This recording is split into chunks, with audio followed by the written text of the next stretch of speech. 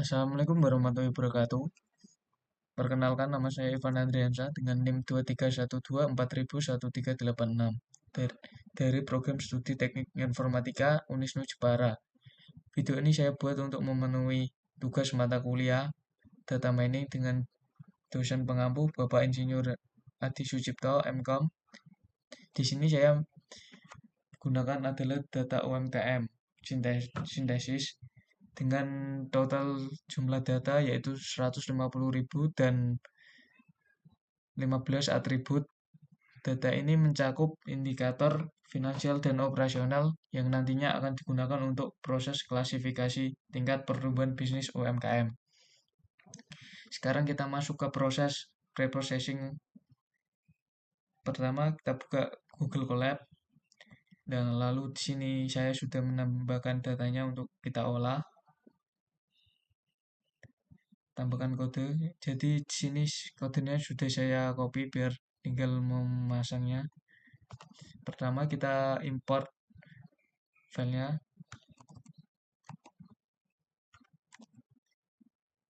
File sudah berhasil diimport. Lalu kedua, ini penjelasan data mentah.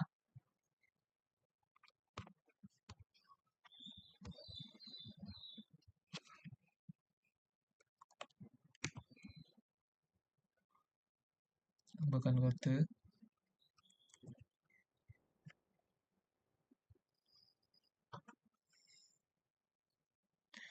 Berdasarkan output yang muncul, kita dapat melihat bahwa dataset ini memiliki keberagaman atribut mulai dari numerik seperti monthly,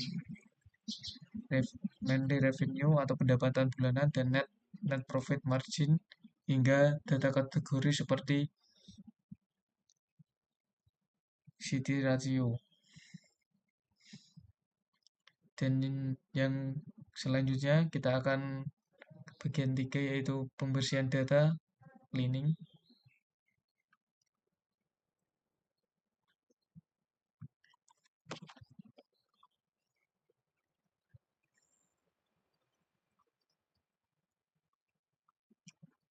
Tambahkan kode, kita copy kodenya. Pada sel kode ini saya menggunakan fungsi insum untuk memindai seluruh dataset guna mendeteksi nilai yang kosong pada setiap kolom. Selain itu saya menjalankan duplikat sum untuk memastikan tidak ada data ganda. Pembersihan ini sangat penting agar metode machine learning nantinya tidak belajar dari informasi yang tidak lengkap atau data berulang yang bisa menyebabkan bias. Kita jalankan.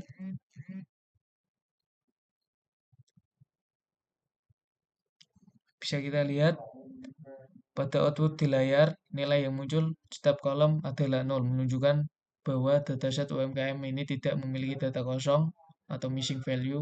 Begitu juga dengan data duplikat yang menunjukkan angka 0. Hingga kita dapat menyimpulkan bahwa data yang kita gunakan sudah konsisten dan siap diproses. Dan yang selanjutnya kita ke integrasi data.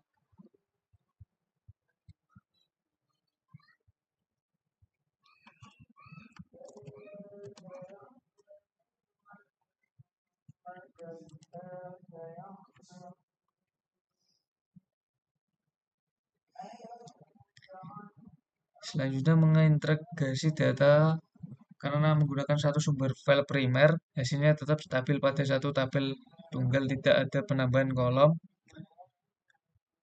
dari tabel eksternal, sehingga struktur data tetap murni sesuai sumber aslinya. Dan kita lanjutkan untuk bagian transformasi data.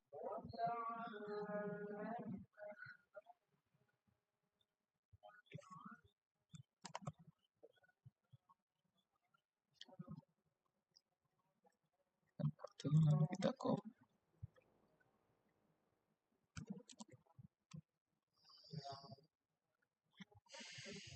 Depan ini adalah transformasi data. Di sini saya melakukan teknik pengkodean sederhana pada atribut kelas. Saya mengubah istilah asing seperti growth, stable, dan struggling menjadi berkembang stabil dan kesulitan. Transformasi ini dilakukan agar data lebih mudah dipahami secara kontekstual dalam laporan analisis. Kita jalankan. Nah, setelah menjalankan perintah transformasi, perhatikan pada tabel layar ini. Kolom yang sebelumnya berisi istilah bahasa Inggris, kini sudah berubah sesuai permintaan yang kita buat. Hasilnya membuktikan bahwa proses mapping label berhasil dilakukan dengan sempurna. Selanjutnya, reduksi data, mengambil data sampel 25.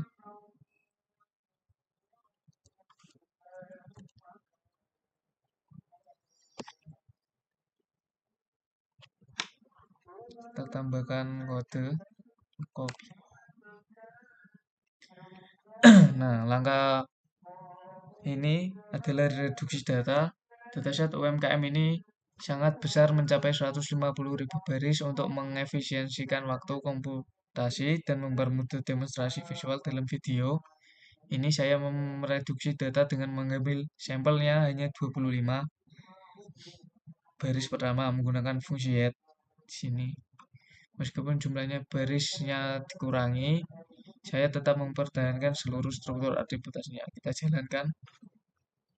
Pada bagian ini output menunjukkan bahwa data yang ditampilkan ini hanya 25 baris pertama saja. Meskipun jumlah datanya berkurang secara signifikan, untuk kebutuhan visualisasi, kita bisa melihat bahwa seluruh fitur atau kolom penting lainnya tidak ada yang hilang. Kita lanjut yang ketujuh, yaitu diskretisasi data atau mengelompokkan pendapatan bulanan.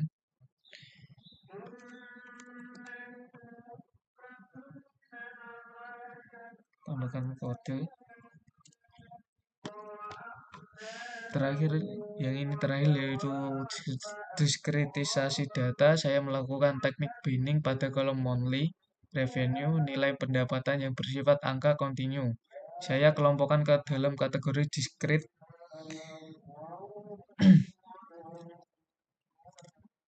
Dan kita lihat hasilnya.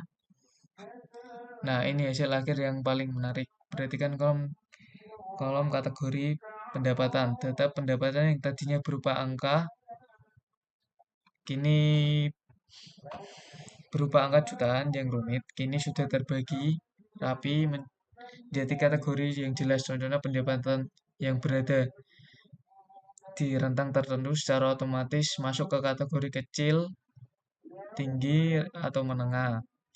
Hasil ini sangat memudahkan kita dalam melakukan pengelompokan UMKM di tahap analisis berikutnya. Dan yang terakhir kita akan mensimpan datanya.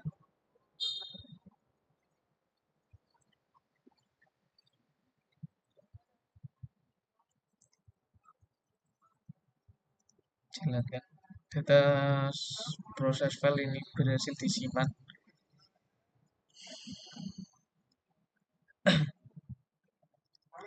Terima kasih, ini adalah proses preprocessing yang sudah saya lakukan.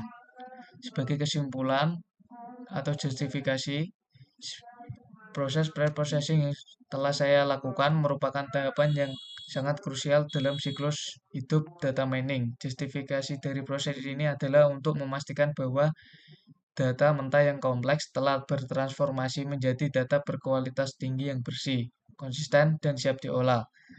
Dengan data yang sudah diproses secara terstruktur sesuai metodologi CRISP DM, ini kita dapat menjamin performa model klasifikasi yang lebih akurat dan terhindar dari kesalahan prediksi.